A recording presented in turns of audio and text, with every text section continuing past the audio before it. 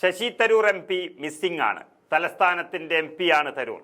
ഡൽഹിയിൽ ലോക്സഭ ചേരാത്തപ്പോഴും ഔദ്യോഗികമായ മറ്റു പരിപാടികളില്ലാത്തപ്പോഴും തലസ്ഥാനത്ത് MP തന്റെ ചുമതലകൾ നിർവഹിക്കണമെന്നാണ് കോൺഗ്രസ് പാർട്ടി പറഞ്ഞിരിക്കുന്നത്.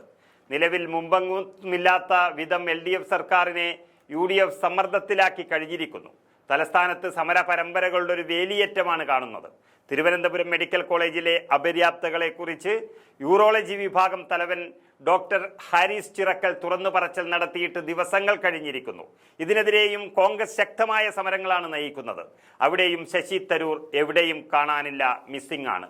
ഡോക്ടറുടെ തുറന്നു പറച്ചിൽ വലിയ ചർച്ചയാകുമ്പോഴും MP എന്ന നിലയിൽ യാതൊരുവിധ ഇടപെടൽ പോലും നടത്താൻ ശശി തരൂർ ഇതുവരെ തയ്യാറായിട്ടില്ല. അദ്ദേഹം പരാജയപ്പെട്ടിരിക്കുന്നു. വികസനത്തിൽ രാഷ്ട്രീയം പാടില്ല എന്ന് പറയുന്ന വ്യക്തിയാണ് ശശി തരൂർ. ഇടത് സർക്കാരിന്റെ ആരോഗ്യരംഗത്തെ പിടിപ്പുകേടിനെ തള്ളിപ്പറയാൻ പോലും തയ്യാറാകാത്തത് KPCC നേതൃത്വത്തെ അസ്വസ്ഥമാക്കുന്ന ഒരു ഘടകമാണ്. ഇതിന് പിന്നാലെയാണ് കോട്ടയം മെഡിക്കൽ കോളേജിലെ കെട്ടിടം തകർന്നു വീണ് ഒരു വീട്ടമ്മ മരണപ്പെട്ടത്. സർക്കാർ സ്പോൺസേഡ് കൊലപാതകമാണ് ഇതെന്ന് ആരോപിച്ചുകൊണ്ട് ആരോഗ്യമന്ത്രിക്കെതിരെ UDFും KPCCയും നിരന്തര സമരങ്ങൾ നടത്തുമ്പോഴും കോൺഗ്രസ് വർക്കിംഗ് കമ്മിറ്റി അംഗം എന്നുള്ള വലിയ നിലയിൽ മുന്നിൽ നിൽക്കേണ്ടത് തരൂറിന്റെ കടമയാണ്.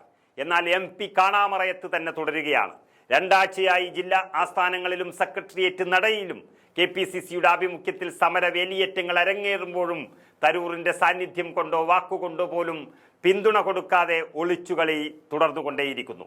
സ്വന്തം നിയോജക മണ്ഡലത്തിലെ പ്രധാന ആരോഗ്യ ചികിത്സാ കേന്ദ്രവുമായി ബന്ധപ്പെട്ട് വളരെ ഗുരുതരമായ പ്രതിസന്ധി ഉണ്ടായിട്ടും അങ്ങോട്ട് തിരിഞ്ഞു നോക്കാതെ തരൂർ ഡൽഹിയിൽ എന്തിനോ തമ്പടിച്ച് കിടക്കുകയാണ്.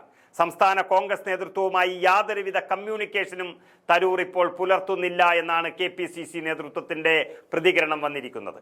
തദ്ദേശ നിയമസഭാ തെരഞ്ഞെടുപ്പുകൾ അടുത്തിരിക്കെ മുതിർന്ന വർക്കിംഗ് കമ്മിറ്റി അംഗം തന്നെ പാർട്ടിയെ പൊതുമധ്യത്തിൽ വെട്ടിലാക്കുന്ന നിലപാട് സ്വീകരിക്കുന്നതിൽ കോൺഗ്രസിൽ ശക്തമായ അമർഷം പുകയുന്നു.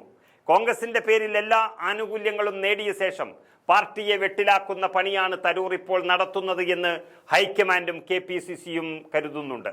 അതുകൊണ്ട് തന്നെ തരൂറിനെ വിശ്വപൗരനായി കണ്ട് കലവറയില്ലാതെ പിന്തുണച്ചുകൊണ്ട് നിന്നിരുന്ന K സുധാകരൻ, MK രാഘവൻ, ഹൈബി ഈഡൻ, മാത്യു കുഴൽനാടൻ തുടങ്ങിയ നേതാക്കളെല്ലാം തന്നെ അദ്ദേഹത്തെ കൈവിട്ട് കഴിഞ്ഞിരിക്കുന്നു.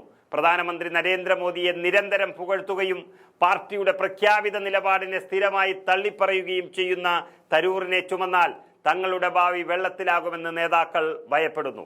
അതുകൊണ്ട് തന്നെ തങ്ങളുടെ പൊതുപരിപാടികളിൽ നിന്നവർ തരൂരിനെ മാറ്റി നിർത്തുകയും ചെയ്തിട്ടുണ്ട്.